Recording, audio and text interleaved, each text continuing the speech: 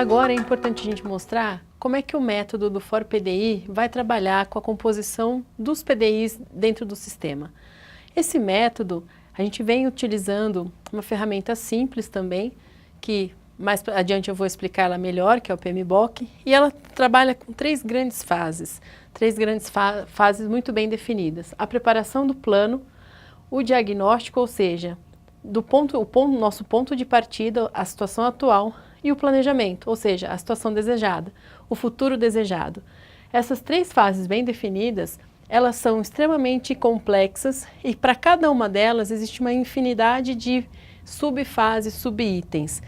Essa metodologia, ela é muito bem estruturada e contribui para o processo de organização das nossas ações. Quando a gente pensa na preparação, ela traz várias partes, desde da concepção do plano até mesmo o seu processo de viabilização do início das atividades da elaboração do plano.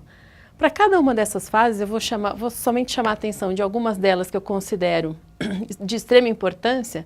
A primeira, como a definição da abrangência e o período do PDI. Conforme foi dito, o nosso plano de desenvolvimento institucional ele pode ter de 5 até 20 anos de abrangência. Claro que vai depender da maturidade institucional para essa construção. Quando pensamos nas diversas outras fases, tem aqui também as atividades de engajamento, aquilo que foi dito em relação à construção coletiva do plano. E, a partir dessa proposta de engajamento da comunidade, quando pensamos neste item, que é o planejamento da comunicação do início do processo de elaboração, vale-se esse ressalte, uma vez que a maioria dos projetos, eles não são realizados com sucesso, dado as falhas de comunicação dentro dessa construção. Daí a importância de termos um planejamento específico em relação à comunicação desse plano. Um outro bloco interessante a ser apontado é a definição da descrição da metodologia. Na descrição da metodologia, é importante que seja dito e declarado como serão feitas as grandes partes metodológicas de extrema importância da condução do plano. Por exemplo, a metodologia de engajamento. Como é que isso vai ser utilizado? Foram expressos no módulo anterior várias ferramentas, umas que são mais viáveis para a construção coletiva, outras que são mais viáveis para o processo de acompanhamento. Enfim, nesse bloco de metodologia, é importante que cada uma das fases seja muito bem definida metodologicamente, porque a partir dessa organização metodológica é que será possível todo o processo de construção, desde a elaboração ao acompanhamento do plano. Um outro item que também é importante ser ressaltado é quando a gente trabalha com as equipes. Pensar em um plano construído, de como é que a gente coordena e trabalha com as equipes, é de fundamental importância, uma vez que serão essas equipes que farão a viabilização e a execução desses planos. Ao pensarmos dessa maneira, podemos ver também outras coisas muito mais estruturantes, como os documentos de referência. Nesse caso, podemos pensar também nas legislações que serão utilizadas, aquelas três que foram mostradas, e também as legislações internas das instituições, que também têm o seu movimento de reger a condução do plano. A identificação da missão, visão e valores das universidades e depois essa questão do registro das lições aprendidas. Esse é um item também de extrema importância. Ao registrarmos nesse mesmo documento aquilo que foi bom, aquilo que foi ruim, como é que isso foi feito, quais foram os improvisos ou quais foram as ações que as instituições utilizaram para realizar a ação, garante que ao próximo leitor desse plano, ele também vai compreender quais foram os entraves e quais foram as soluções encontradas. Muitas vezes, perdemos essa expertise em relação a quais foram os processos de solução dos problemas encontrados. Ao registrarmos isso num documento, utilizaremos essa base metodológica para seguir adiante. Quando pensamos no diagnóstico, que seria aquele outro bloco onde a gente vai mostrar qual é a situação atual da instituição, o primeiro item é a análise de PDIs anteriores. Cada PDI ele vai durar 5 anos. Então, a existência institucional ela passa por um período. Ao analisarmos o que aconteceu no período anterior, também vamos aprender com o processo institucional.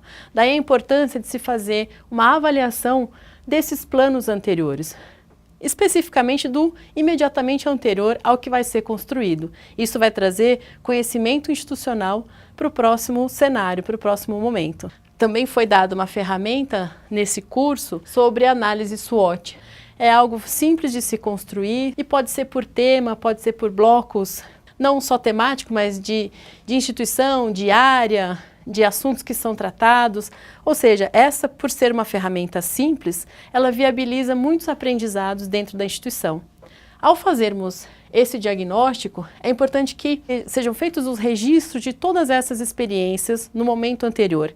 E para cada uma delas existem documentos específicos que podem conter a construção desse plano. Em específico, primeiro se faz o inventário e essa consolidação das necessidades, para que a partir delas seguimos no pensamento do momento seguinte, na construção de um futuro melhor, a partir daquelas lacunas, do preenchimento daquelas lacunas.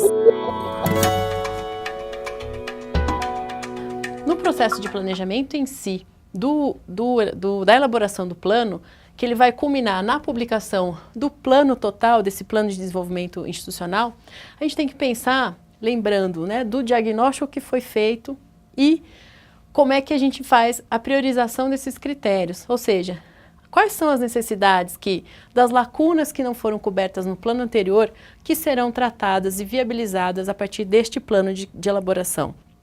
Claro, em todos os processos de discussão, quando se pensa na priorização das necessidades, é importante que o conceito da instituição esteja muito claro, que o objetivo institucional esteja claro também para os elaboradores, que para cada uma das propostas dessas necessidades contenha a identidade institucional. Daí a importância da priorização dessas necessidades.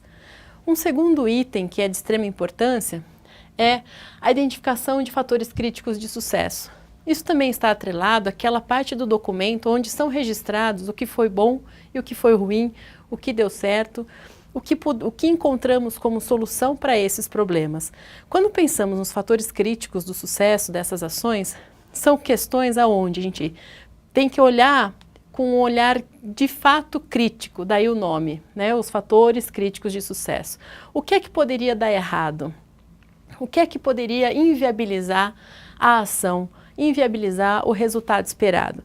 Esse registro faz com que cada um que vá trabalhar no processo de elaboração desse plano possa promover ações que já garantam ou já contribuam para que haja de fato sucesso, que esse fator crítico ele se torne um viabilizador do plano.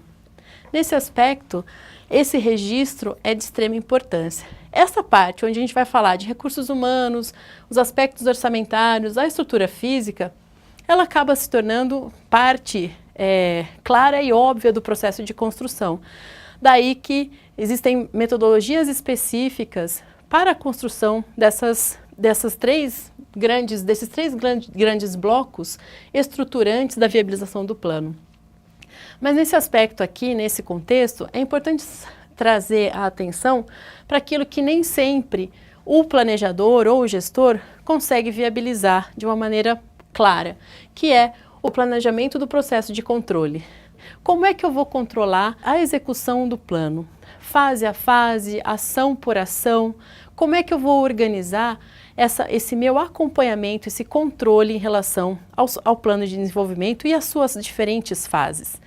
Para isso, é importante que a disciplina, a organização das ações, as metodologias de acompanhamento, elas estejam muito claras. Daí a importância, naquele momento da preparação do plano, que ao pensarmos nesse processo de controle do plano, ali também esteja registrada qual será a metodologia a ser utilizada para o processo de controle do plano. Quando pensamos nesses três blocos, e eu ressaltei alguns itens importantes dentre eles, uma das coisas que sempre é importante dizer e ressaltar é que o processo de planejamento, ele precisa ter uma dedicação maior. Há uma ansiedade em iniciar o desenvolvimento do plano para que ele comece a ser executado. E muitas vezes a gente passa por cima do processo de planejamento, do processo de preparação e até mesmo do diagnóstico. Então é importante que essas três fases elas sejam extremamente organizadas.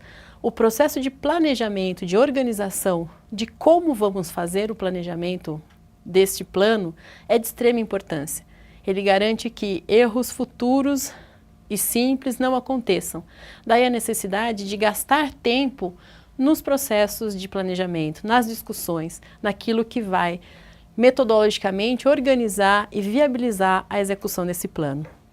Depois de montada essa estruturação, principalmente esses itens importantes, temos aqui consolidação dos resultados, ou seja, todo o processo de construção do plano, em geral, ele demora meses, talvez até anos, em torno de 12, 8 até 18 meses de elaboração, de consulta à comunidade, de construção de consensos, de viabilização da identidade institucional.